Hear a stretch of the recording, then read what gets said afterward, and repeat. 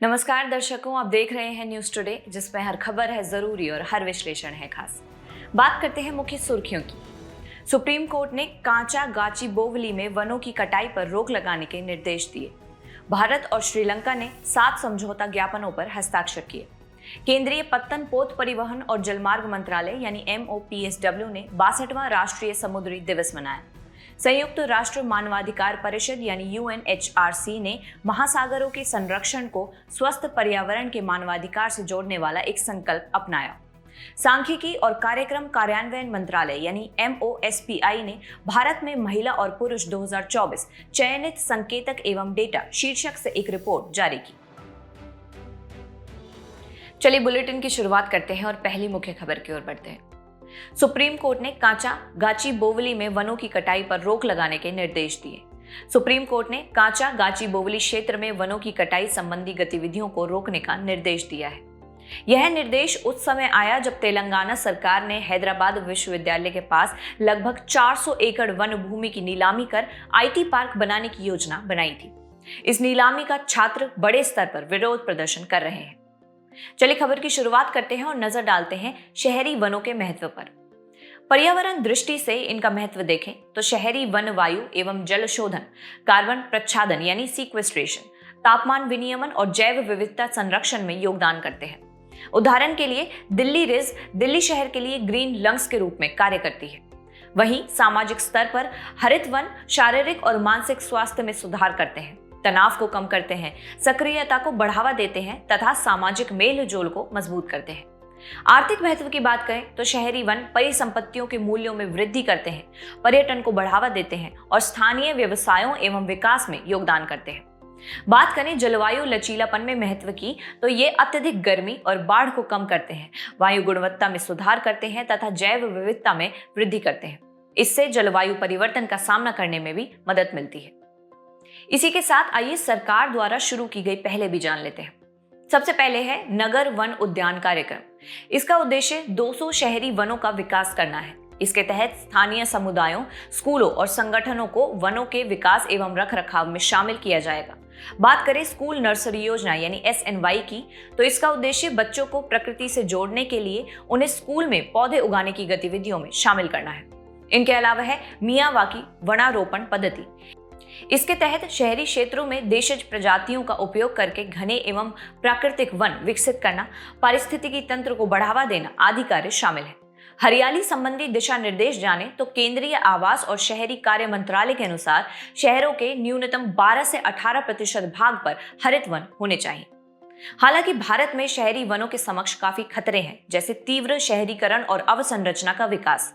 उदाहरण के लिए मुंबई में अरे वन का मुद्दा तथा प्रदूषण और जलवायु परिवर्तन, जिसके अंतर्गत हीट आइलैंड इफेक्ट, अनियमित वर्षा और अत्यधिक गर्मी या ठंड वृक्षों की वृद्धि एवं पुनर्जनन को प्रभावित करते हैं। इसी के साथ आक्रामक प्रजातियां और जैव विविधता का नुकसान भी एक महत्वपूर्ण खतरा है, जिसमें विदेशी प्रजातियां और एक ही फसल की खेती पारिस्थितिकी तंत्र को नुकसान पहुंचाते हैं तथा देशी प्रजातियों को समाप्त कर देते हैं। और आखिर में है नीतिगत और विनियामक खामियां, यानी शहरी हरियाली के प्रबंधन के लिए कई एजेंसियां होने से समन्वय की कमी है और एक संपूर्ण शहरी वन नीति का अभाव है। चलिए बढ़ते हैं आज की अगली मुख्य खबर की ओर। भारत और श्रीलंका ने 7 समझौता ज्ञापनों पर हस्ताक्षर किए।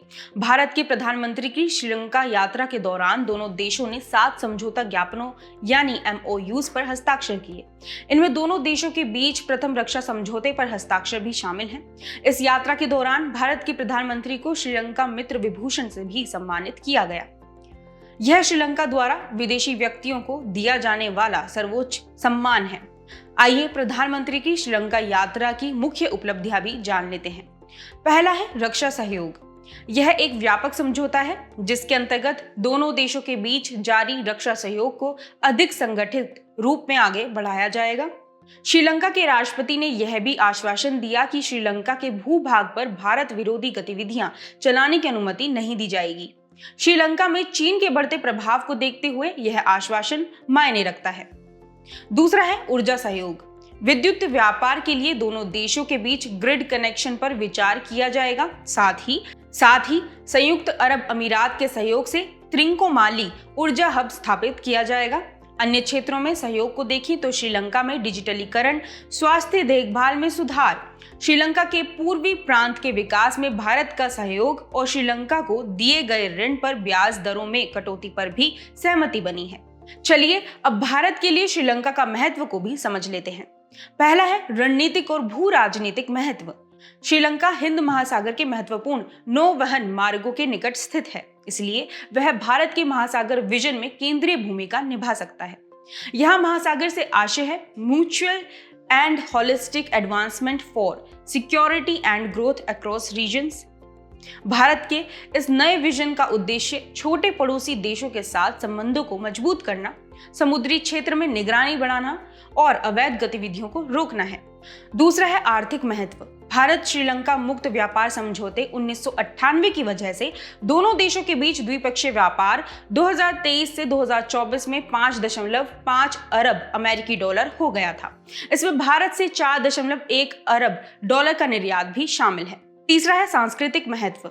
मौर्य सम्राट अशोक के समय से ही दोनों देशों के लोगों के बीच गहरे संबंध रहे हैं। उदाहरण के लिए श्रीलंका के जय श्री महाबोधि मंदिर में स्थित पवित्र बोधि वृक्ष उस पौधे का अंश माना जाता है जिसे अशोक की पुत्री संघमित्रा थेरी 3री शताब्दी ईसा पूर्व में भारत से लाई थी। चलिए आखिर में भारत श्रीलंका संबंधों में मौजूद चुनौतियां जान लेते हैं। पहला है चीन का बढ़ता प्रभाव।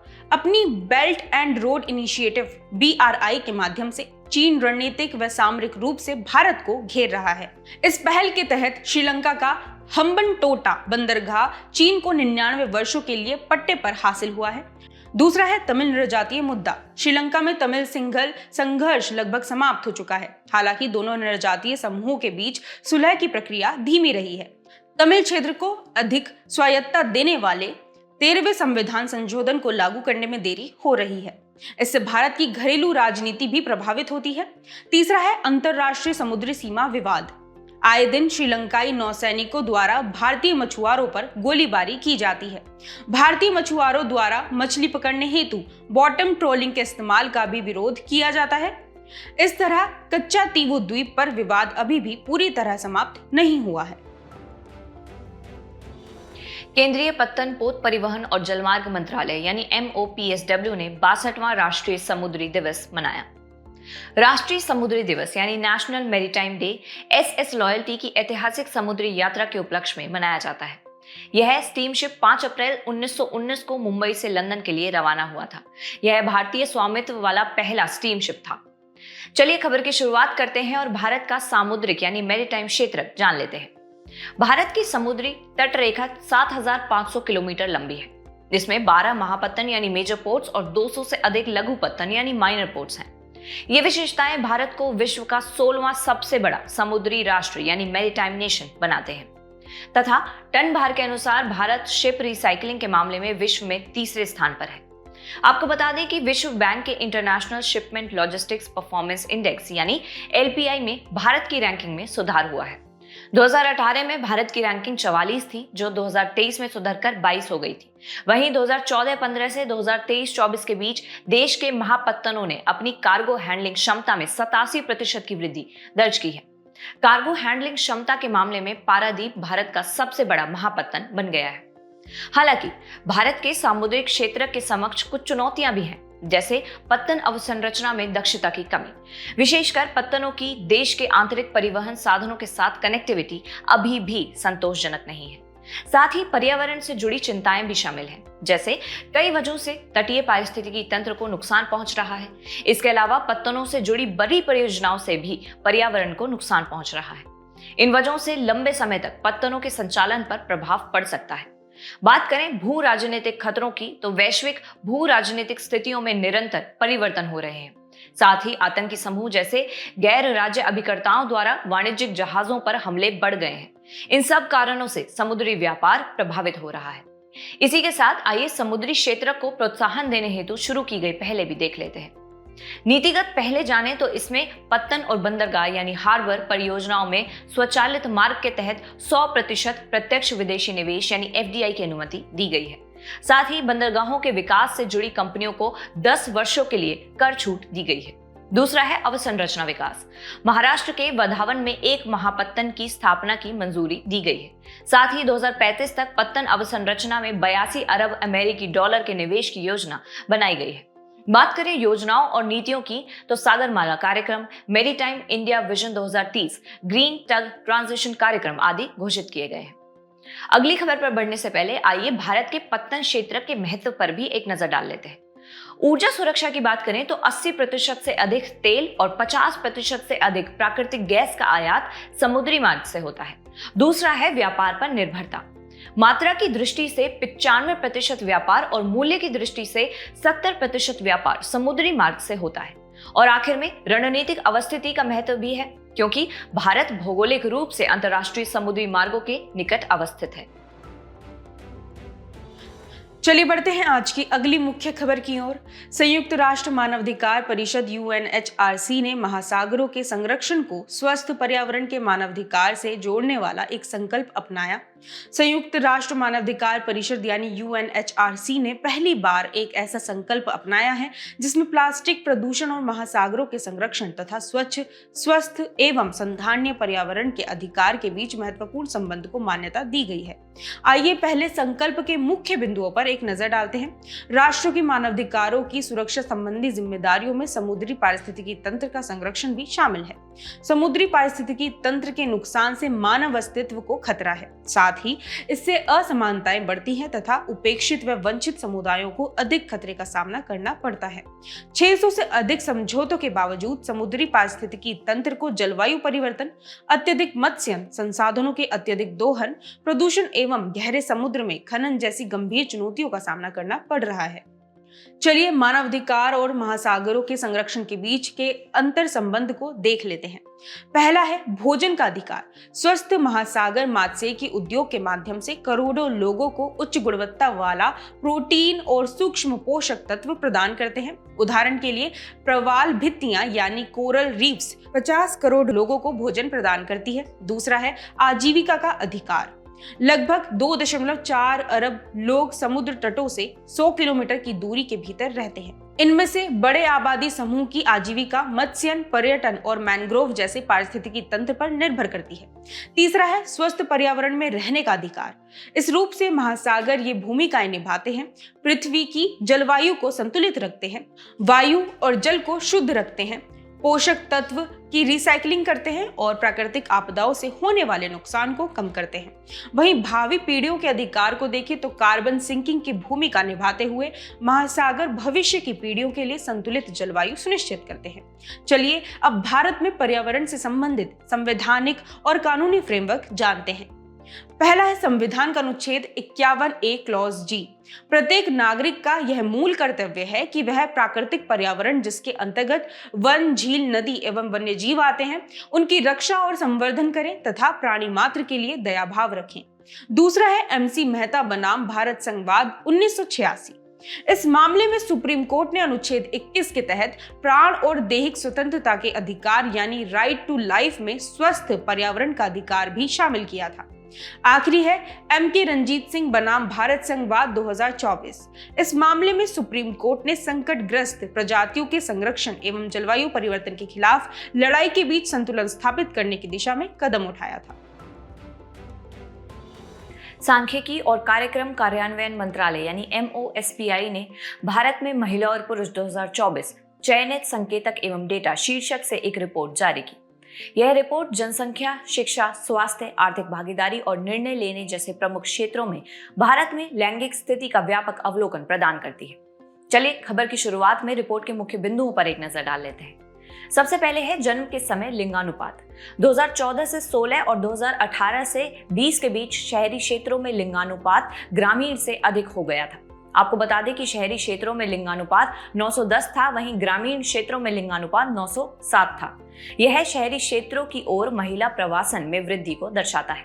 बात करें स्वास्थ्य की तो मातृ मृत्यु दर यानी MMR 2015 से 17 में 122 से घटकर 2018 से 20 में 97 हो गई थी। शिक्षा के क्षेत्र में देखें तो 2017 में पुरुष साक्षरता दर 84.7% और महिला साक्षरता दर 70.3% थी। केरल में सबसे कम लैंगिक साक्षरता अंतराल है, जबकि राजस्थान में सबसे अधिक है। वहीं आर्थिक भागीदारी में महिला श्रम बल भागीदारी दर यानी LFPR 2017-18 की 23.3 से बढ़कर 2023-24 में 41.7% हो गई। इसके अंतर्गत बात करें वित्तीय समावेशन की तो सभी बैंक खातों में 39.2% महिलाओं के बैंक खाते हैं और वे कुल जमा में 39.7% का योगदान देती हैं। दूसरा है लीडरशिप की भूमिकाएं। वित्त वर्ष 2025 में महिलाओं की निदेशक मंडल में 28.7% हिस्सेदारी हो गई है, जो वित्त वर्ष 2020 में 26.7% थी। इनके अलावा बात करें राजनीतिक भागीदारी की तो महिला मतदान पिछले कुछ वर्षों में अलग अलग रहा है। 2019 में यह 67.2% था, लेकिन 2024 में कुछ कम होकर 65.8% हो गया। और आखिर में है महिलाओं के खिलाफ हिंसा। भारत में 18 से 49 आयु वर्ग की लगभग 1/3 यानी 31.9% विवाहित महिलाएं वैवाहिक हिंसा से पीड़ित हैं। वहीं कर्नाटक में 48.4%, बिहार में 42.5% और मणिपुर में 41.6% में वैवाहिक हिंसा के सबसे अधिक मामले दर्ज किए गए हैं। चलिए बढ़ते हैं हमारे खास सेगमेंट सुर्खियों में रहे स्थल की तरफ। आज हम बात करेंगे लेसोथो की, जिसकी राजधानी है मासेरू। हाल ही में संयुक्त राज्य अमेरिका द्वारा लेसोथो से आयात पर 50% टैरिफ लगाए जाने के बाद लेसोथो अंतर्राष्ट्रीय व्यापार विवाद के केंद्र में आ गया। यह अमेरिका द्वारा किसी भी देश पर लगाया गया अब तक का उच्चतम टैरिफ है। इस देश की भौगोलिक अवस्थिति की बात करें तो यह एक छोटा पहाड़ी व भू आबद्ध देश है। लेसोथो चारों तरफ से दक्षिण अफ्रीका से घिरा हुआ है। इसे माउंटेन किंगडम के नाम से भी जाना जाता है। चलिए बढ़ते हैं भौगोलिक विशेषताओं की तरफ। बात करें इसकी जलवायु की तो 3096 मीटर की ऊंचाई पर अवस्थित होने के कारण लेसोथो का तापमान 30 डिग्री दक्षिण अक्षांश पर होने के बावजूद अपेक्षा से अधिक ठंडा रहता है। इसकी जलवायु पर हिंद महासागर और अटलांटिक महासागर दोनों का प्रभाव है, जिससे इसके तापमान में भिन्नता आई है। इसके पर्वतों में ड्रेकेंसबर्ग और मालोटी पर्वतमाला शामिल है। बात करें नदियों की तो यहाँ ऑरेंज नदी पाई जाती है, जो दक्षिणी अफ्रीका की सबसे बड़ी नदियों में से एक है और यह लेसोथो उच्च भूमि से निकलती है। आपको बता दें कि मालोटी ड्रेकेंसबर्ग पार्क का एक अंतर्राष्ट्रीय विरासत स्थल है। इसमें दक्षिण अफ्रीका का उखा लांबा ड्रेकेंसबर्ग राष्ट्रीय उद्यान और लेसोथो का सेहला बाथेबे राष्ट्रीय उद्यान शामिल है। चलिए बुलेटिन के आखिर में बढ़ते हैं आज की संक्षिप्त सुर्खियों की तरफ। लोकसभा अध्यक्ष ने उज्बेकिस्तान के ताशकंद में आयोजित 150वें अंतर संसदीय संघ IPU शिखर सम्मेलन में भाग लिया। IPU की स्थापना 1889 में सांसदों के एक लघु समूह के रूप में हुई थी। भारत को 2025 से 2027 के कार्यकाल के लिए संयुक्त राष्ट्रीय अंतर्राष्ट्रीय लेखांकन और रिपोर्टिंग मानकों पर विशेषज्ञों के अंतर सरकारी कार्यदल ISAR में निर्विरोध चुना गया। फूड और ग्रोसरी डिलीवरी कंपनी स्विगी को पुणे प्रोफेशनल टैक्स विभाग द्वारा 7.6 करोड़ रुपए का नोटिस प्राप्त हुआ है। मध्य कजाकिस्तान के कारागांडा क्षेत्र में दुर्लभ भू तत्वों यानी रेयर अर्थ एलिमेंट्स का सबसे बड़ा भंडार खोजा गया है। आपको बता दें कि दुर्लभ भू तत्वों में 17 तत्व शामिल होते हैं। राजस्थान के सुदासरी केंद्र में एक सप्ताह में अंडों से 4 ग्रेट इंडियन बस्टर्ड के चूजे बाहर निकले। इस तरह यह बस्टर्ड रिकवरी प्रोग्राम के तहत इस संकटग्रस्त प्रजाति को बचाने की दिशा में एक बड़ी उपलब्धि है। हाल ही में भारत के प्रधानमंत्री ने तमिलनाडु के नए पनबन ब्रिज का उद्घाटन किया। यह भारत का पहला वर्टिकल लिफ्ट रेलवे समुद्री पुल है। वर्टिकल लिफ्ट ब्रिज एक प्रकार का मूवेबल ब्रिज होता है। इसमें ब्रिज का एक छोटा सा हिस्सा लंबवत रूप से ऊपर की ओर उठता है। इस दौरान यह डेक के समानांतर रहता है। इस प्रकार जहाज आसानी से इसके नीचे से गुजर सकते हैं। भारत के प्रधानमंत्री ने अपनी हालिया थाईलैंड यात्रा के दौरान वहां के प्रधानमंत्री को डोकरा कला में निर्मित पीतल की मोरनुमा नाव भेंट की थी। यह एक मोर के आकार की नाव है जिसे जटिल नक्काशी और रंगीन लाह की पच्चीकारी से सजाया गया है। कनडिप्पया भौगोलिक संकेतक GI टैग प्राप्त करने वाला केरल का पहला जनजातीय हस्तशिल्प बन गया है। यह एक सुंदर बुनी हुई चटाई है। इसे मिरर मैट यानी दर्पण चटाई भी कहा जाता है।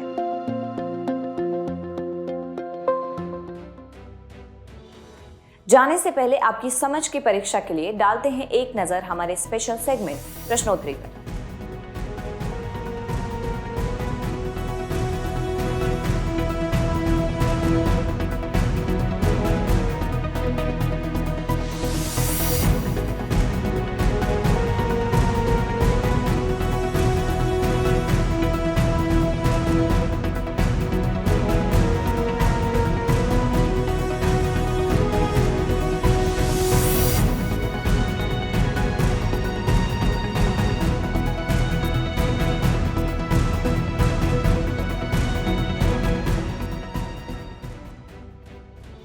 हमसे जुड़ने के लिए आपका धन्यवाद। उम्मीद है न्यूज़ टुडे का यह बुलेटिन आपको पसंद आया होगा।